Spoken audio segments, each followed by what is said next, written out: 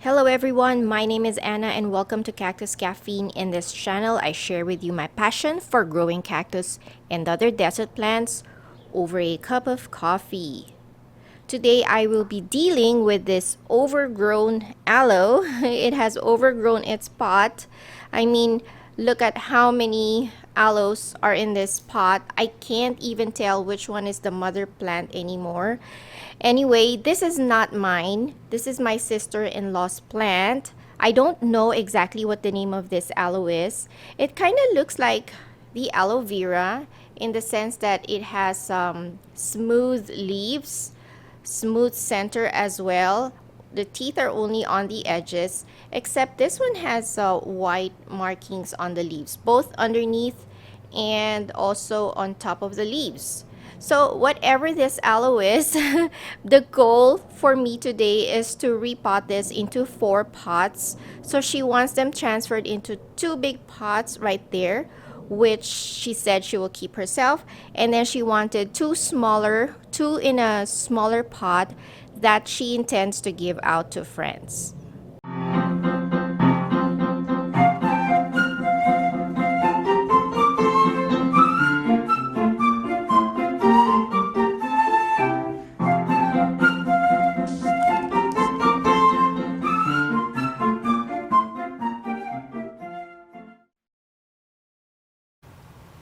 Despite this aloe being overgrown in this pot, it actually looks very healthy. Look at this.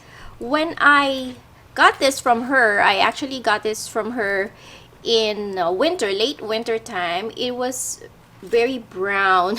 It was brown and the leaves were limp and dehydrated. It was because she left it outside, and during winter we get freezing days here in Vegas, and that tells me that this aloe is not cold hardy. I mean, it survived, but I should have taken a picture when I just got this. It looked really bad, not the way it looks right now. Anyway, it took me the entire spring and summer to revive this. That's why I had to wait before I repot this, because I wanted to recover first before I disturb it again by repotting it. It's time to see what we are dealing with in here.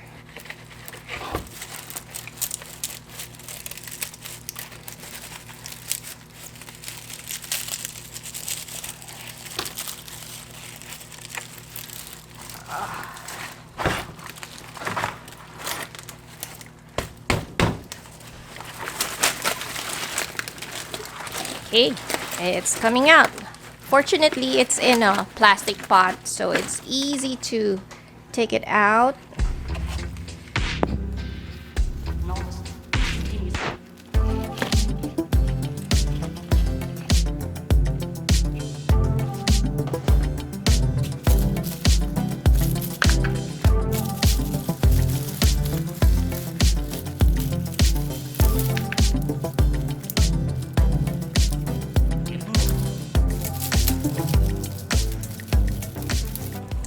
My goal is to make 2 big clumps and 2 smaller ones for the 2 small pots. Now, it is actually very easy to separate them. I thought I would have a harder time, but they come off easily. So it's just a matter of grouping them into 4.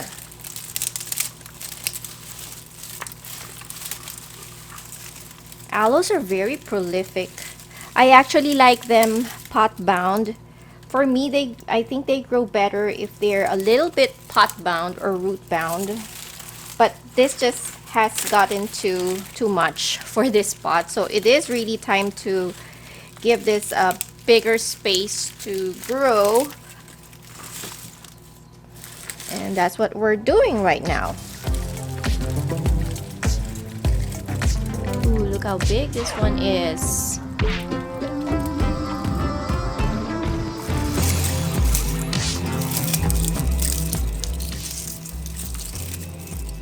I'm going to be removing the dead leaves so I can see better the stems and decide which ones I have to separate or which ones I have to group together.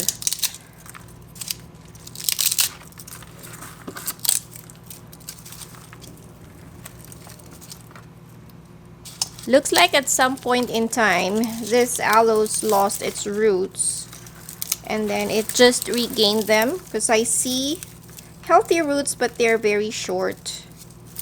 So maybe when I got this during winter time, it was that time that they lost their roots and then they just grew them back during spring and in summer.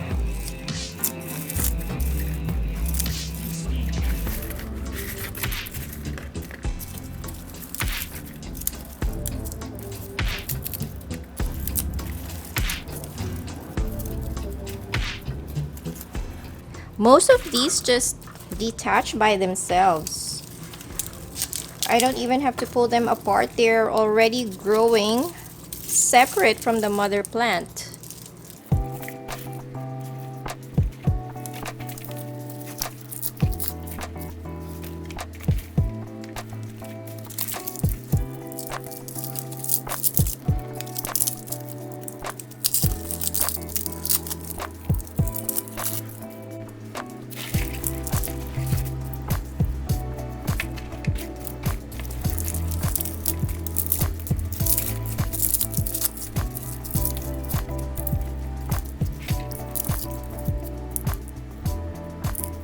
Some of the dead roots, as you tug on them and if they come off, you can take those out because they're dead anyway.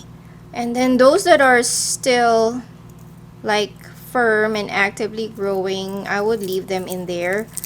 But if I plant this, I expect more roots to shoot out from here. See? Actually, I think I will cut this portion out, the bottom one, because I see roots coming out from here and I don't want the stem to be very long, so I can cut this out.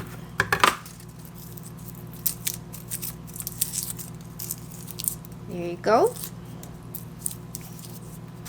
Now, if you want, you can put sulfur powder on this one, or I like to use cinnamon powder, or if you have the time, just leave them out for like a day or two until they callus. But then since it's summer right now here, it's dry and we don't expect rain in the next few days, I think this will be okay planting directly in soil.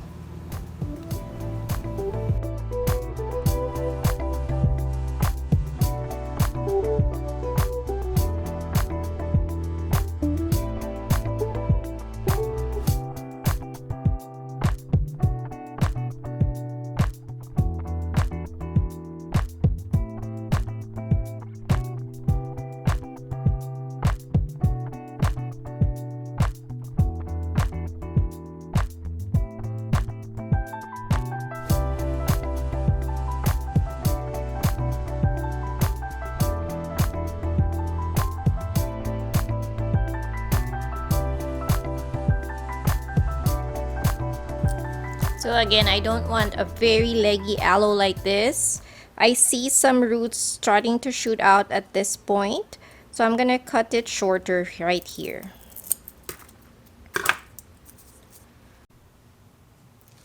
Those are the ones that I've cleaned out so far. So I only have this cluster here to work on. Can't believe how many offsets this aloe produced. If I were to count each and every aloe plant that is in here, I'm sure I can easily get to 100, including these tiny ones like this, because this aloe is very prolific. Also take the opportunity when you are repotting and you have your plant unpotted, check the roots, okay? Check for dead roots. Like I said, just give it a little tug. Whatever comes off, you know, those are dead roots and you can discard them. Also check for pests. Sometimes you will see root mealybugs in here, so this is your chance to inspect what's going on in their roots. This one has really healthy roots. I have a lot of aloes in my collection. Next to cactus, this is the second most type of succulent that I have in my collection. And I always say, if I was not a collector of cactus primarily, probably I would be collecting aloes instead. I just couldn't keep a lot of aloes because they occupy a lot of space. Like, look at this. See how the rosettes grow very wide. So that is one reason why I couldn't keep as much aloes as I want. I try to keep only the aloes that grow small and compact, not like this one.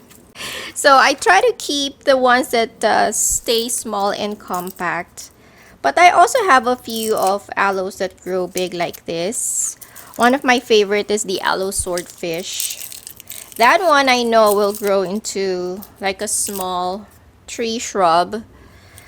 So that is the only one that I have that grows big, probably, aside from the aloe vera. But if you don't want your aloes to grow big fast, try to keep them in small pots. And then if you want, since they produce a lot of offsets anyway, if they grow big, you can just, remove the mother plant and keep the babies or the offsets. So you always have a small aloe. That is if you don't have enough space in your yard like me.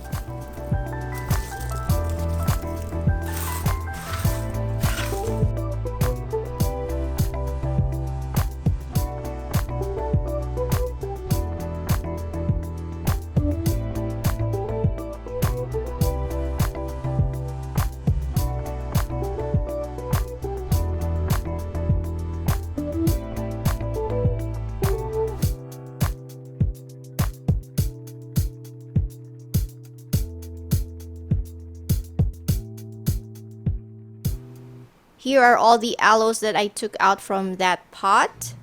So now it's just a matter of deciding of which one goes to which pot.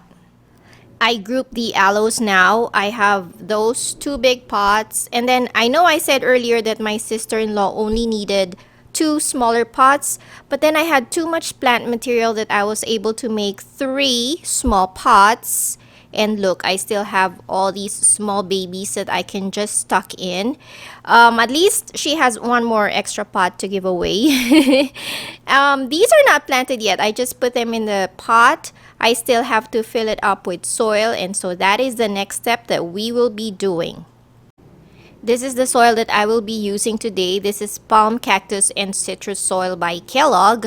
It is organic, and what I like about this is it does not have peat moss. This is the ingredients of this bag. I don't like peat moss because although peat moss may be good for your plants, I don't like the fact that it becomes hydrophobic whenever it gets too dry. I find it hard when I water my plants, especially during summertime when my soil gets bone dry. It is so hard to rehydrate. The water will just sit on top of the soil if my soil has peat moss. This is one of the brands that don't contain peat moss. So this is the ingredients, and also I like this because it's organic. It has dehydrated poultry manure as one of its ingredients or as fertilizer.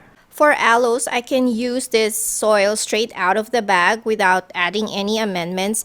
But if I'm using this for cactus, I add more lava rocks or pumice to this one because I still find this very rich. So this is how the soil looks like. I still find this very rich for my cacti, so I add more pumice into it. My goal is to have like a 50-50 organic and inorganic ratio. So I just try to estimate and see, as long as I have a 50-50 or 60-40 ratio, 60 being organic and 40 inorganic, I am fine with that for the cactus. It depends on the type of cactus that I am planting, so it could be a 50-50 or a 60-40 ratio.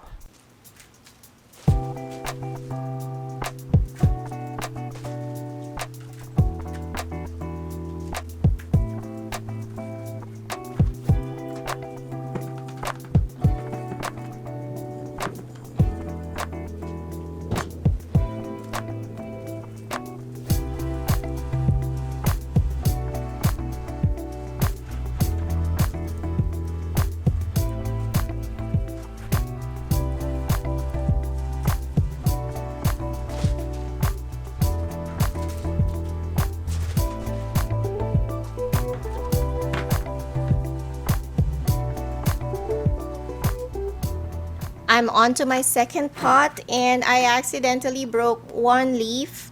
This is the other half.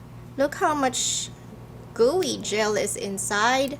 I wonder if this has the same medicinal effect as the aloe vera. One thing though, this one stinks. Now, I don't remember my aloe vera stinking this much, but this one stinks. It kind of smells like, cover your ears if you don't want to hear it, but it kind of smells like armpit. Anyway, let's continue planting.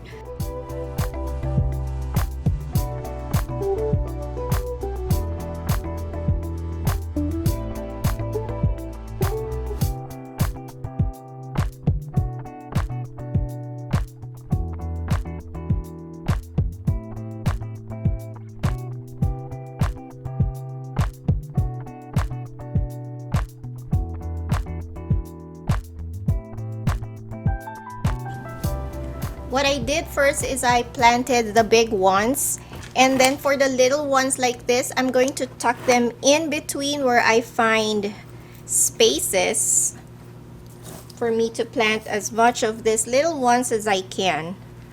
I don't expect all of these to survive anyway, so I'm sure there will be casualties.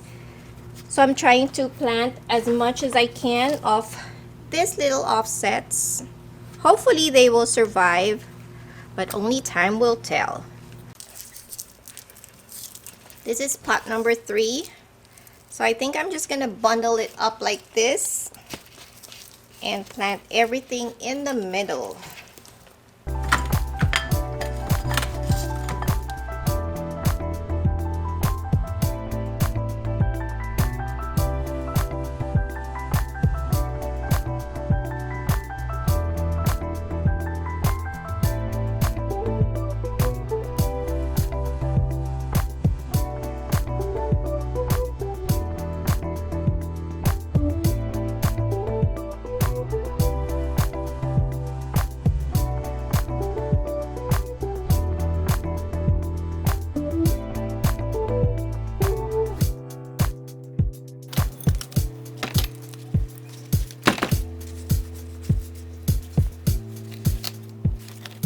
Finally, I am done. Here are the 5 pots of aloes now.